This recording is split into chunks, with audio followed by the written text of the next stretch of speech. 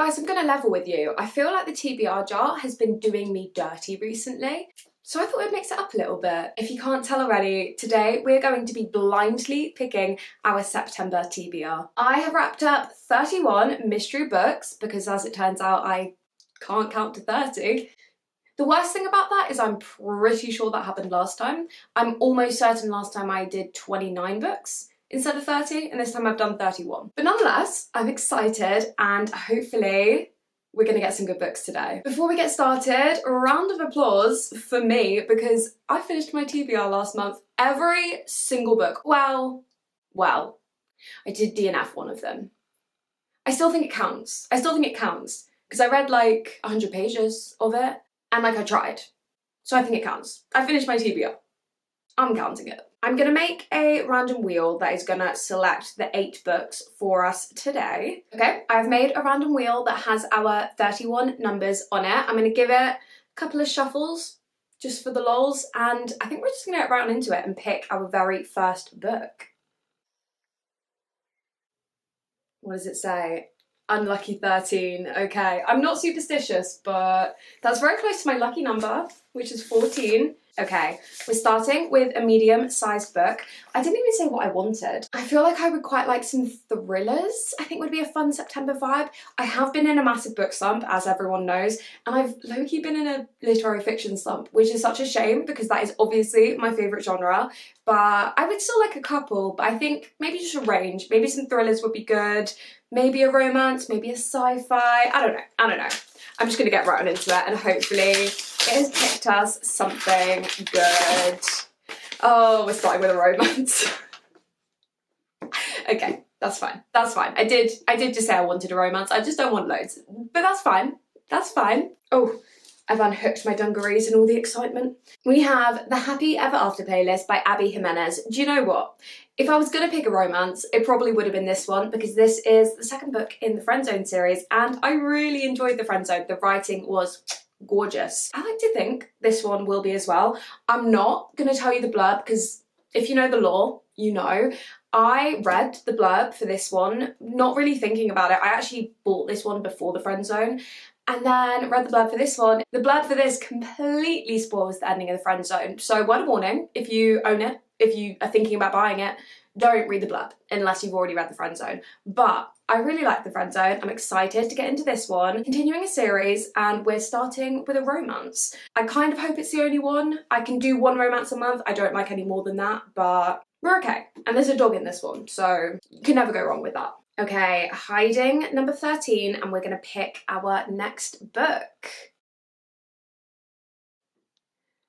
Number 31, okay. Oh, it's tiny.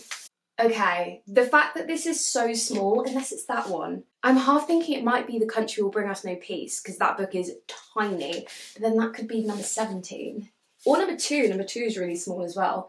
We've got a couple of little ones in here. It could be that. It could also be She's Always Hungry by Eliza Clark, which I would be very happy with. Okay, let's see if it's either of those. It could be a different one.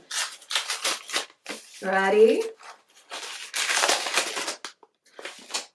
Okay, it is a different one. I kind of forgot that I put this in here. We have Grief is for People, a non-fiction. This is by Sloane Crosley, and this is a book that I may have bought somewhat accidentally, thinking that it was fiction. It's not, it's a grief memoir. But I read, like in the shop when I bought it, a few pages and it read like fiction.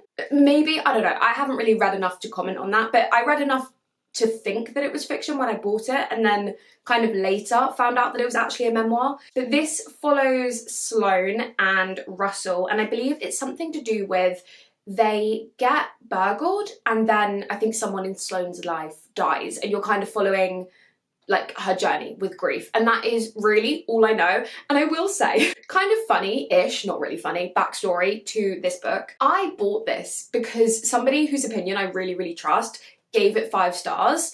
At least that's what I thought. And then I watched a video of theirs recently and they literally picked it up and were like, oh, I'm so excited to read this. So they hadn't even read it. So why did I think they'd given it 5 stars? So the backstory of this is that I thought it was fiction and I thought it had like a 5-star backing. As it turns out, neither of those. Nonetheless, I feel like it could be really good. I am excited. I feel like this could be really, really good. I don't know what to expect. I'm not a huge non-fiction reader. Have I read any non-fiction this year? Oh, I read one and I did DNF it. But this one, I'm not going to DNF. This is going to be a good one. I can tell. Okay, so far we have a romance and a non-fiction. That feels a little bit rogue, but that's fine. And we're moving in to choice number 3. What is it? Number 18. Where are you? Okay, a bigger book. I would kind of at this point really like a thriller or a literary fiction, I think, even though I did just say that I'm in a lit fic slump. I wouldn't mind a couple though. A romance and a non-fiction is really rogue right now. I need something in my comfort zone. Okay. What is it? Oh, okay, I'm happy with this. I'm happy with this. I can't lie to you, I might have put a couple Freida McFaddens in here because I was really hoping to get one. Just because I've been in such a book slump. She's the answer. Like, she just is. This is The Boyfriend by Freida McFadden, which I think is one of her newer ones. If not this year, I think last year. 2024. Although, to be fair, the woman comes out with many books, so it's hard to keep track. This one I got for £3.99 in an Oxfam. Pretty good deal. I'm excited for this one. This one follows Sydney, and she's a single woman living and dating in New York. And then I think she starts dating this man, and it says he becomes her boyfriend. He's completely perfect, charming, handsome. He's a doctor, blah, blah, blah, blah. And then there is a brutal murder, and then I think the man that she's dating becomes like the main suspect.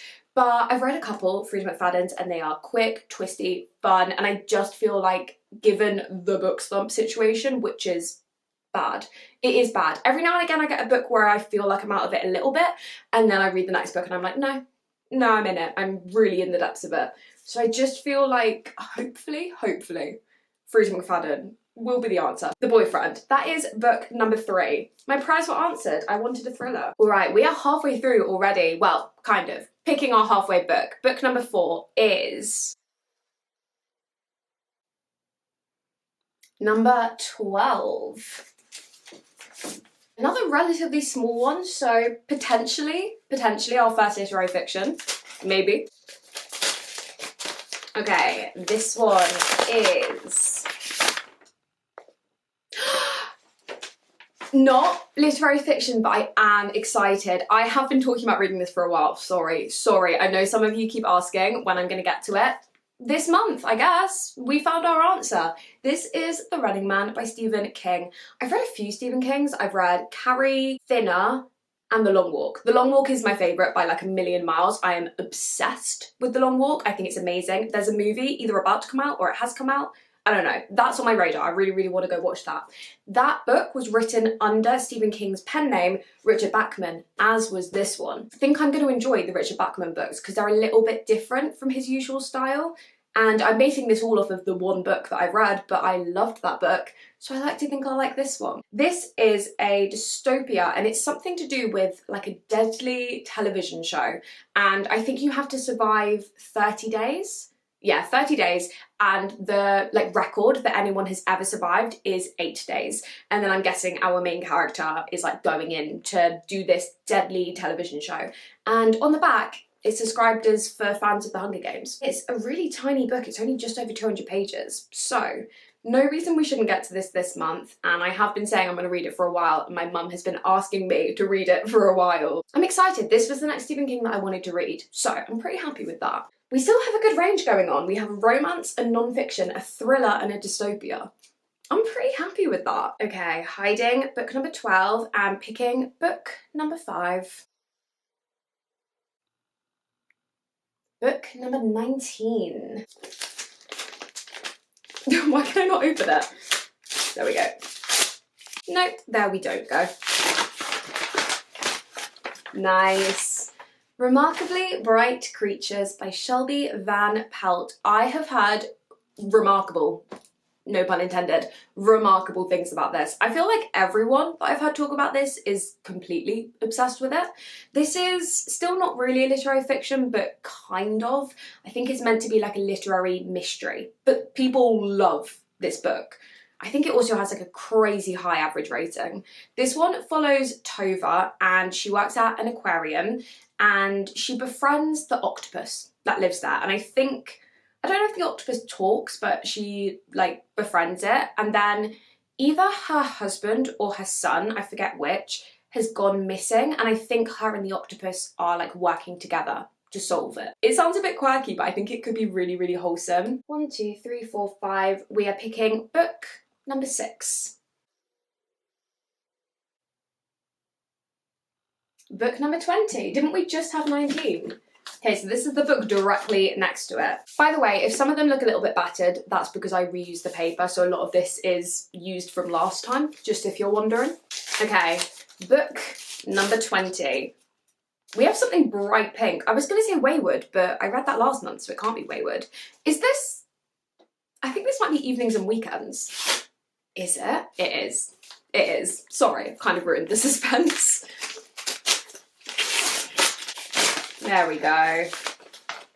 Evenings and Weekends. This is another Oxfam find that I got recently. I have heard, again, incredible things about this book. This is set in London in 2019. And as far as I know, we're following a group of friends. I think they're all kind of in their early 30s, late 20s. And it's set over like a sweltering weekend in a heat wave. And I think we're just following like the friends and their like personal worries and the things going on in their lives. It's one of those blurbs that doesn't give you a whole lot. The last bit of the blurb says that as Saturday night approaches, the city is on the brink of political upheaval. All their lives are set to change forever. I know Jack Edwards just picked it as his first book club pick, so I feel like it has his stamp of approval, which is always a good sign. I'm excited to read it. I've heard very good things. Oh, I have a missed call. Oh, it says suspected spam. Well, we are on to the penultimate book, so let's choose our number. Book number 8. We haven't really picked any of the single digits. Actually, I think this is the first one, and she's literally already opening, so clearly she wanted to get picked. Another small one, maybe a literary fiction. We've only really got one so far, so I feel like that would be nice. Or another thriller. I would really like another thriller. Imagine if it's the other Freida McFadden. That would be funny. Okay.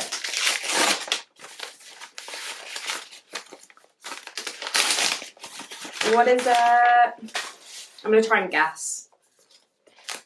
No, I have no idea. We're on a wavelength. We are so on a wavelength. This is such an anticipated read. And I don't know why I haven't read it yet. Actually, I do. It's because it's a short story collection.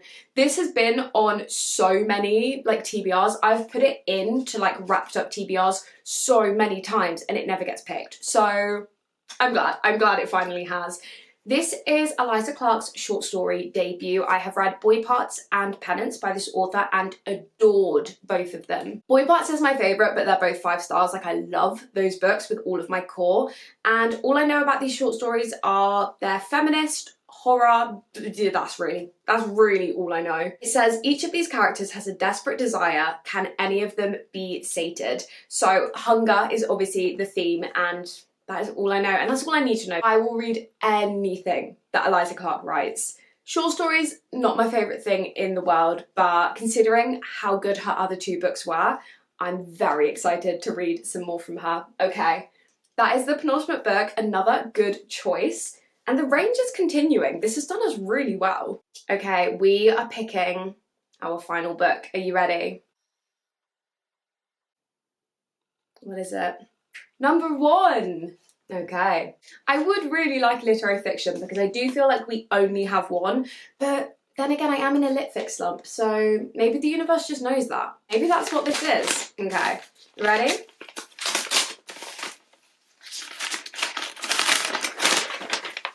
What is it? I feel like I recognise this book. No way. I put this in literally at the last minute, which is probably why there were 31 books instead of 30, because I just bought this. That literally worked out perfectly. I don't know how that accidentally became book number 1. I like shuffle them all before I write the numbers on. No idea how that became number 1, but what a win. What a win. I literally bought this like a few days ago.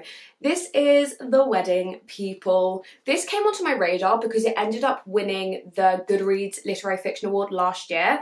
And I think a lot of people thought Sally Rooney was definitely going to win, and she came second, which is amazing, but this was the book that won. So I'm intrigued. This follows Phoebe, and she arrives at a grand beachside hotel, and I believe she's there because she wants to take her own life, but she then finds out when she gets there that the whole of the hotel has been booked out by this wedding party, and then I think she befriends the bride, and then it's like her story, getting to know them. I don't really know the vibes of this. I don't know if it's sad. I mean, parts of it have to be sad, but also I kind of get the vibes that it might also be a bit light-hearted at points. I don't really know what to expect, but it won the literary fiction Goodreads choice, so consider me intrigued. I also just think it's absolutely stunning. Okay, that was quite literally the perfect book to end off on, because I wanted a literary fiction and I literally just bought this. I wasn't even going to put it in, and then I did it right at the last minute. That's really worked out well for me. Okay, I don't want to jinx myself, but I feel like we have a